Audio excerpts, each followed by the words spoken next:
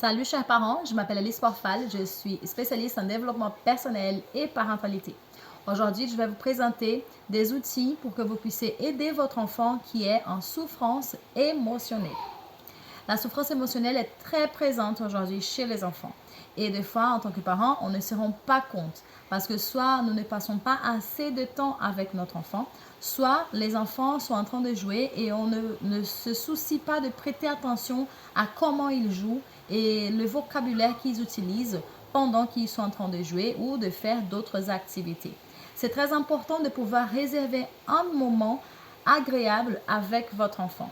Même si vous travaillez et que vous n'avez pas beaucoup de temps à consacrer à votre enfant pendant la journée, je vous conseille de, quand vous allez chercher votre enfant à l'école, par exemple, d'essayer d'identifier comment a été son jour, sa journée, et lui poser des questions ouvertes. C'est la première tactique, en fait, le premier outil que vous pouvez utiliser avec votre enfant pour pouvoir le connaître et vraiment participer à sa vie. Alors, Alice, comment poser des questions ouvertes? Par exemple, au lieu de dire « ça va », alors vous allez juste dire, tourner la question en le disant « alors, qu'est-ce que tu peux me dire de ta journée ?» Et là, c'est une question ouverte. Il peut vous dire s'il a passé une bonne journée ou pas. Et si au début, il a du mal, c'est normal. Et en fait, c'est à vous de pouvoir poser d'autres questions qui sont ouvertes. Comme par exemple, si vous demandez alors, comment a été ta journée? Et il ne vous dit rien, il dit ça a été. Alors, est-ce qu'il y a quelque chose qui t'a rendu très heureux aujourd'hui à l'école? Et il va dire oui ou non. Et s'il dit oui, ah bon, quoi?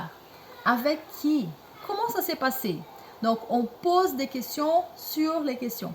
Autre chose aussi que vous pouvez utiliser, toujours en parlant des questions ouvertes, par exemple, au lieu de dire tu as eu mal aujourd'hui, tu as eu mal à l'école, je peux lui dire alors, est-ce qu'il y a eu quelque chose qui t'a attristé aujourd'hui?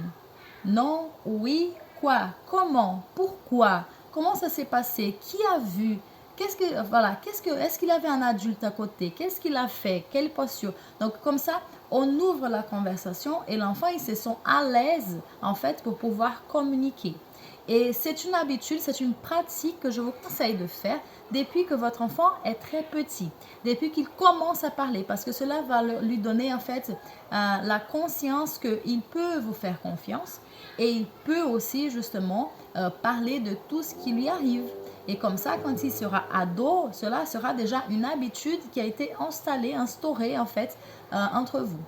Une chose importante, c'est qu'il ne faut pas qu'on brise la confiance de nos enfants.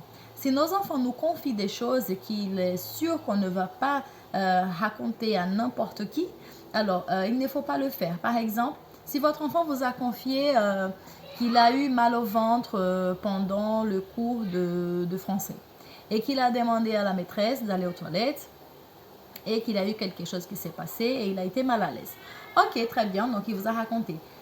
Il ne faut pas, si vous voulez demander de conseils à quelqu'un, si vous voulez partager cette expérience de votre enfant, en fait, c'est une expérience privée de votre enfant, vous n'allez pas dire à tout le monde enfin que vous allez rencontrer, ah mais aujourd'hui il a eu mal au ventre, tu vois, il s'est sali, et non, surtout devant l'enfant, c'est un enfant et il comprend très bien ce qui se passe autour de lui, il sait très bien quand on parle de lui, donc pour qu'il ne se sente pas mal à l'aise, pour que cette confiance qu'il a établie avec vous, qu'elle ne se brise pas, essayez d'être le plus discret. Alors, si vous avez vraiment besoin de parler de ce sujet avec quelqu'un d'autre, il ne faut pas que l'enfant soit présent.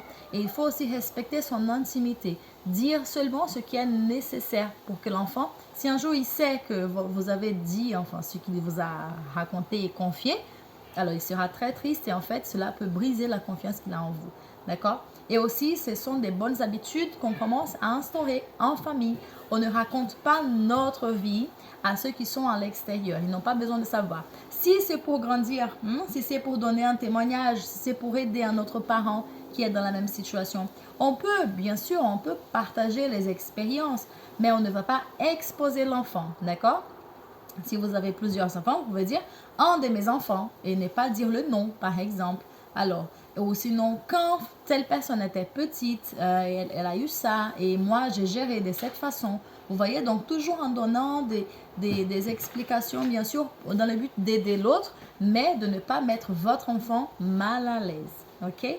Voilà. Donc, aujourd'hui, c'était ce que je voulais partager avec vous. N'oubliez pas, quand on n'investit pas dans l'éducation de nos enfants, on paye. Et je sais que vous ne voulez pas payer. D'accord? Et je suis là pour vous aider justement à ne pas payer très cher alors l'éducation de votre enfant et l'éducation surtout émotionnelle que vous n'avez pas donnée à votre enfant. Donc, c'est facile? Non, ce n'est pas facile d'éduquer un enfant. Ce n'est pas facile d'avoir ce soutien émotionnel dont il a besoin. Surtout parce que nous, les parents, nous avons besoin de nous ressourcer aussi. Nous avons besoin d'être solides dans nos émotions pour que nous puissions donner les meilleurs que nous avons à nos enfants. Donc, chers parents, je vous conseille aussi de vous nourrir, de vous solidifier en tant qu'état émotionnel pour que vous puissiez donner ce que vous avez de meilleur à vos enfants. On vous dit à la prochaine, d'accord? À bientôt! Donc, si cette vidéo t'a plu, tu pourras la partager avec le plus grand nombre de personnes qui peuvent s'intéresser à cette thématique et qui peuvent aussi en fait bénéficier de ces conseils en mettant déjà en pratique tout ce qu'ils ont appris. Alors, mais avant de te laisser partir, j'aimerais t'inviter à participer à un événement fantastique qui aura lieu au mois de novembre. Oui, en fait, l'événement s'appelle Parentalité 4.0. Si tu es intrigué par ce titre, si ce mot te parle, parentalité ou même 4.0, je t'invite à t'abonner sur mon Instagram @aliceporfal. Et comme ça, tu seras au courant des derniers événements, de toutes les informations concernant cet événement incroyable que je suis en train de préparer pour le mois de novembre. Donc, si tu ne veux pas rater, n'oublie pas, il faut que tu me suives sur mon compte Instagram @aliceporfal. Rendez-vous sur Insta. Allez, bye bye.